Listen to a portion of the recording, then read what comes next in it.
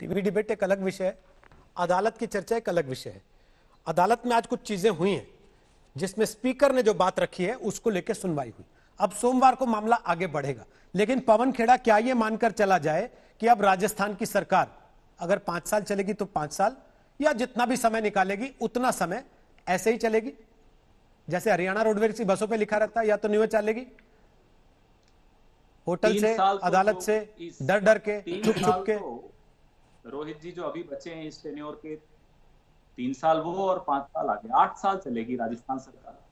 संबित पात्रा जी जिनको लाना हो ले आना, बड़ी बड़ी बातें कर रहे थे कि कौन कहां कोर्ट में बैंगन बेच रहा था, कोर्ट की अजीब कोर्ट के बारे में इस तरह की भाषा आपको नहीं करनी थी। लेकिन जब छत्तीसगढ़ में पुलिस आपको ढूंढ रही थी तब आप बीमारी का बहाना रख के जो अस्पताल में बैंगन खाने चले गए थे वो भी सबने देखा, और कौन वकील कितना काबिल है आपको अपने केस में मालूम पड़ जाएगा। इसलिए ज्यादा don't jump the gun, time आने पर सब मालूम पड़ जाएगा कौन कितना काबिल वकील है।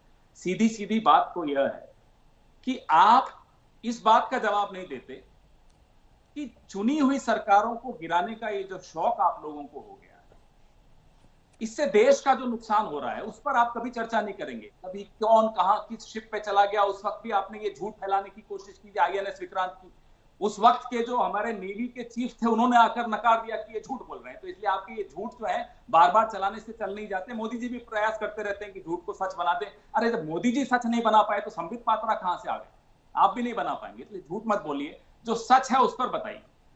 नमस्ते ट्रंप, कमलनाथ जी की सरकार गिराना, 150 देशों की मदद कर दी मोदी जी ने, अपने 150 मजदूरों की मदद नहीं कर पाए। सड़क पर बेचारे पैदल, इतने लाखों मजदूर पैदल जा रहे थे, उनकी मदद करने की औकात नहीं है। और चले हैं बताने की 150 देशों की मदद कर दी। अरे ढींग भी आंको तो अपने देश वालों को तुम के सामने तो मत आंको, जिनके सामने तो आपकी असलियत खुल चुकी है सरेआम। मजदूरों की मदद कर नहीं पाते, बड़ी बड़ी बातें करते हैं। 150 देशों की मदद कर दी। कौन से देश 150 देशों की क्या मदद कर दी भाई? अपने देश की तो पहले कर लो, यहां के वोट से जीतते हो, ये 150 देशों के वोटों से नहीं जीतते हो तुम लोग।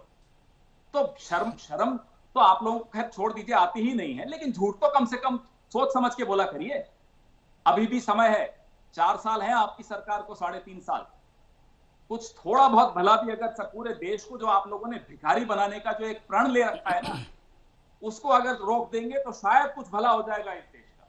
आज व्यापारी भिखारी बना हुआ घूम रहा है। आपके 4-5 जो उद्योगपति मित्र हैं वो कोई विश्व का सबसे अमीर बनना चाह रहा है, कोई एशिया का सबसे बड़ा अमीर बनना चाह रहा है। अरे एशिया का सबसे गरीब देश तो मत बनाइए मेरे देश को। ठीक, सरकार चलानी आती नहीं है, राजनीति हमें सिखाओगे आप लोग। ओके। और ये जो तथाकथित चाणक्य बैठा है ना, जिसको आप गृह मंत्री बनाए हुए हो, उस चाणक्य को भी जाकर समझा देना ये खरीद फरोख्त करके सरकारें गिराना चाणक्यगिरी नहीं होती है। ठीक है, ये ओछी राजनीति होती है, हल्की राजनीति होती है। और अगर हल्की राजनीति से आप चाणक्य की तुलना करेंगे तो मेरे चाणक्य का अपमान करेंगे आप। ओके सर, इसलिए चाणक्य का अपमान मत करिएगा। ओके, संबित पात्रा बोलिए। चलिए ठीक है।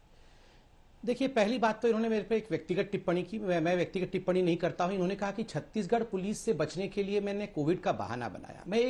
मैं करबद्ध निवेदन करूंगा, मेरे भाई हैं पवन खेड़ा। पवन जी, किसी भी कोरोना पेशेंट को ऐसा मत कहिएगा कि वो झूठा है, कोरोना का बहाना ले रहा है। हम सब हॉस्पिटल में ICU में भी था और मुझे कोई बात नहीं, मुझे कोरोना हुआ, मैं ठीक होकर आया ईश्वर का और आप लोगों के आशीर्वाद से भी ठीक होकर आया। और छत्तीसगढ़ की पुलिस से मैं डरता नहीं हूं। मैंने ट्वीट किया था कि 84 के दंगों में राजीव गांधी का बहुत बड़ा हाथ था। और छत्तीसगढ़ के पुलिस के डायरेक्टर जनरल अगर सुन रहे होंगे मेरी बात तो मैं सीना ठोक के आज तक हिंदुस्तान के सबसे बड़े चैनल में कह रहा हूं, हाँ, 1984 के सिख हत्याओं में राजीव गांधी तत्कालीन प्रधानमंत्री का एक बहुत बड़ा हाथ था। मुझे गिरफ्तार करके जेल में डाल दीजिए, मैं जेल में आजीवन रहने के लिए तैयार हूं। और इसलिए कोरोना पेशेंट्स को बीच में लाने की आवश्यकता नहीं है। अब हम विषय पे आते हैं। आपने इतना कुछ मजदूर, प्रधानमंत्री को गाली, इससे आपकी राजस्थान की सरकार बचेगी या नहीं वो तो आप सोचिए। हेमंत बिश्वा शर्मा को आप लेके आए थे। रोहित जी, इन्होंने 10 बार हेमंत बिश्वा शर्मा का नाम बोला है। आप याद करिए वो दृश्य। हेमंत बिश्वा शर्मा किस प्रकार से 1 साल तक टाइम मांगते रहे राहुल गांधी से, टाइम मिला नहीं, और जब टाइम मिला तो राहुल गांधी अपने कुत्ते पिड्डी के साथ व्यस्त थे। ये जो पूरा पिड्डी दल है ना कांग्रेस पार्टी में, ये जो पूरा पिड्डी दल है, कुछ नहीं, ये बार बार बोल रहे अमित शाह को जाके समझा दो। वो अमित शाह है, पप्पू नहीं जो उनको जाके हमें समझाना पड़े प्रवक्ताओं को। वो अपने आप समझते हैं, वो भी टीवी देखते हैं, वो जानते हैं। और मैं पप्पू से I don't mean anyone, I don't intend, Pappu मतलब कोई एक व्यक्ति नहीं है, पप्पू इन जनरल उनको बोला जाता है जिनकी थोड़ी प्यार से बोलते हैं लोग पप्पू ऐसे, तो वो पप्पू नहीं है, वो अमित शाह है और वो समझते हैं कि किस समय क्या करना चाहिए, एक विषय क्या चल रहा है वो सब जानते हैं।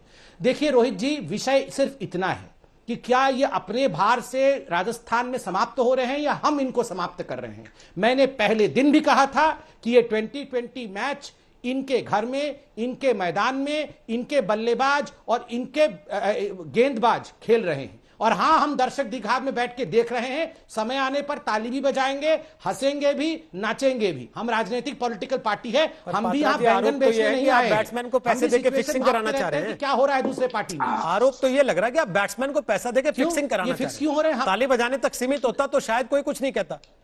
ताली बजाना तो अधिकार है हर दर्शक का, मजा आएगा तो ताली बजाएगा दर्शक। नहीं, ये तो मैं तो बोल रहा हूं ना, अगर इनको लग रहा है कि हम मैच फिक्सिंग कर रहे हैं तो सुप्रीम कोर्ट में बैठ के ये क्या कर रहे थे? आज इनके इतने बड़े बड़े वकील बोल देते ना कि मैच फिक्सिंग हो रही थी। अब रोहित जी, ऑन अ सीरियस नोट, अगर हम बैठ के भारतीय जनता पार्टी में सारा कुछ कांग्रेस के अंदर मैच फिक्सिंग कर रहे हैं कि इनके सबसे बड़े बड़े सचिन पायलट कोई आज के कांग्रेसी हैं, उनके पिता ज्योतिरादित्य सिंधिया कोई आज के कांग्रेसी है, उनके पिता, जिन लोगों की हम बात कर रहे हैं ये कोई आज के और कल के कांग्रेसी नहीं है, जो बिल्कुल मूलतः कांग्रेसी है, जड़ से जो कांग्रेसी है। अगर जड़ से उखड़ जा रहे हैं और ये मैच फिक्सिंग भी बीजेपी कर रही है, तो मुझे तो लगता है थोड़े दिन बाद ये डिबेट हो रहा होगा कि राहुल गांधी बीजेपी आना चाहते हैं, क्या बीजेपी लेगी कि नहीं लेगी। ठीक है, ये भी डिबेट हो रहा होगा।